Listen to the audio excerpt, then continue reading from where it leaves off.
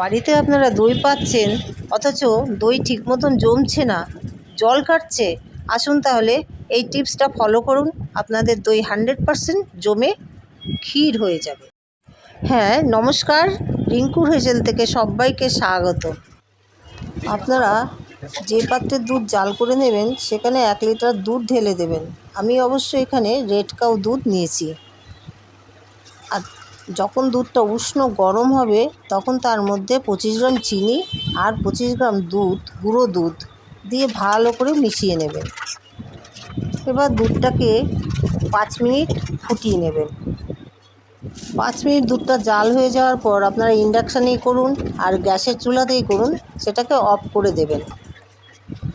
যেই পাত্রে আপনি টক দইটা বসাবেন সেই পাত্রের মধ্যে 1 টেবিল চামচ টক দই নিয়ে ভালো করে ফেটিয়ে নেবেন। যেই পাত্রে আপনি টক দইটা বসাবেন সেই পাত্রের মধ্যে 1 টেবিল চামচ টক দই নিয়ে ভালো করে ফেটিয়ে নেবেন।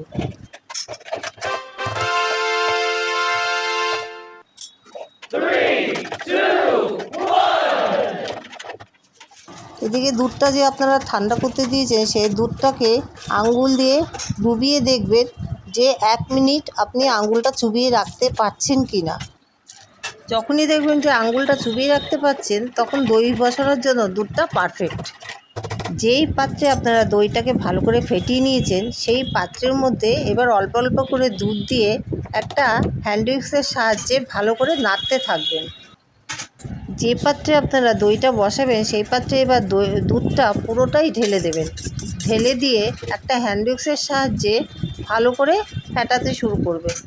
ফেটাতে ফেটাতে দেখবেন উপরে ফেনা হয়ে গেছে। তারপরে একটা ঢাকনা দিয়ে ভালো করে চেপে আপনি এমনি রেখে দিন। এখন যা গরম, এতেই দই জমে ক্ষীর। এখানে আমি 1 লিটার দুধ দিয়ে বাজারের মাপে 1 কেজি দই ঘরে বসিয়েছি।